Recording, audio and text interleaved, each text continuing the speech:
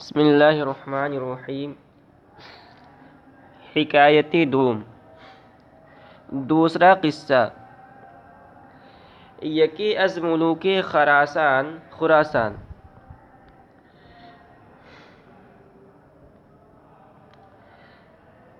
خراسان کے بادشاہوں میں سے ایک بادشاہ سلطان محمود سبکتگین را بخواب دید۔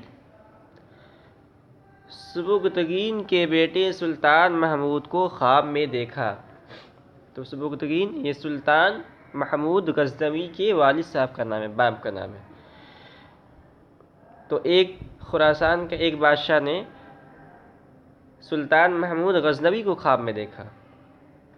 کہہ رہے یکی از ملوک خراسان سلطان محمود سبکتگین را بخواب دید۔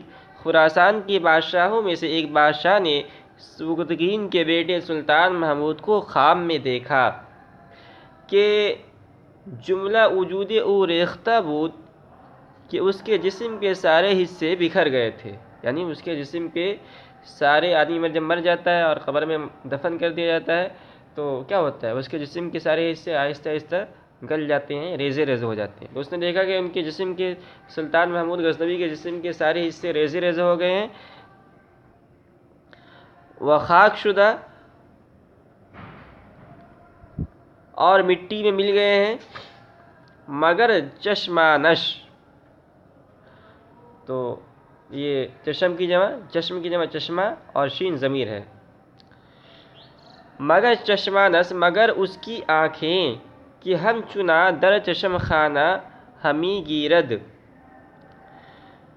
مگر اس کی آنکھیں ہم چنا اسی طرح در چشم خانہ ہمی گیردید، اس کے آنکھوں کے حلقوں میں گردش کر رہی تھی۔ ہمی گردید تو اسی طرح گھوم رہی تھی، یعنی جیسے آدمی آنکھوں کو اپنے گھماتا ہے دائیں بائیں اوپر نیچے دیکھنے کے لیے، اسی طرح گردش کر رہی تھی۔ وہ نظر می کرد، اور دیکھ رہی تھی، یعنی اس کی آنکھیں بالکل صحیح سالم تھیں خواب میں۔ اب یہ خواب تھا، تو جیسا کہ پرانے زمانے میں ہوتا تھا کہ بادشاہ جب کوئی خواب دیکھتا تھا تو اس خواب کی تعبیر کے لیے اس اپنے عقل مندوں کو اکٹھا کرتا تھا، ان سے تعبیر پوچھتا تھا۔ تو خراسان کے بادشاہ نے بھی معبرین کو، تعبیر بتانے والوں کو جمع کیا۔ سائر حکماء استاویل فرومادند، کہہ رہے ہیں کہ سارے عقل مند اس کی تعبیر سے عاجز رہ گئے، مگر درویشے کے بجا آورد، لیکن ایک درویش تعبیر کی خدمت بجا لایا۔ یعنی ایک درویش نے، یعنی ایک فقیر کے علاوہ سارے جتنے لوگ تھے سب عاجز ہو گئے، ایک فقیر نے کہا کہ میں اس کی تعبیر بتلاؤں گا۔ مگر درویشے کے بجا آورد، مگر ایک درویش تعبیر کی خدمت بجا لایا، وہ گفت اور کہا، ہنوز نگراں است کے ملکش با دیگراں است، کہ سلطان محمود کی آنکھیں اب تک یہ دیکھ رہی ہیں کہ اس کا ملک دوسرے کے قبضوں میں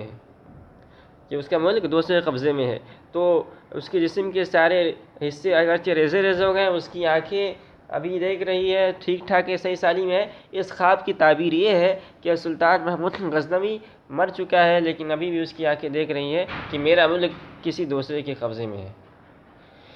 بس نامور بزیر زمین دفن کردہ اند، بہت سے معروف و مشہور لوگ زمین کے نیچے دفن کر دیے گئے ہیں۔ کز ہستیش بروئے زمین بر نشا نماند، کہ ان کی ہستی کا روئے زمین پر ایک نشاں باقی نہیں رہا۔ یعنی اس زمین کے اندر کتنے نامور لوگ اور کتنے بڑے بڑے لوگ، بڑے بڑے بادشاہ کو دفن کر دیا گیا، لیکن ابھی تک یعنی اب زمانہ گزرنے کے بعد ان کا نشان بھی باقی نہیں رہا۔ پیر لاشا را کے سپردند زیر خاک، خاکش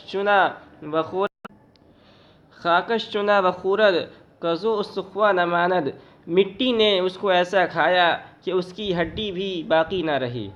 تو یہ پیر لاشا یعنی بوڑھی لاش، تو یا تو اس سے دو مراد ہو سکتے ہیں، اس کا دو مطلب ہو سکتا ہے، یا تو اس سے مراد وہ عورت ہے جس کی موجودگی کے بنا پر نوشیروان کے محل کی دیوار ٹیڑھی بنائی گئی تھی، اور نوشیروان نے زبردستی اس بوڑھی عورت سے مکان خالی کرا لینا مناسب نہیں سمجھا تھا۔ اور یہ بھی ہو سکتا ہے کہ پیری لاشوں سے مراد سلطان محمود غزنوی کی لاش ہو۔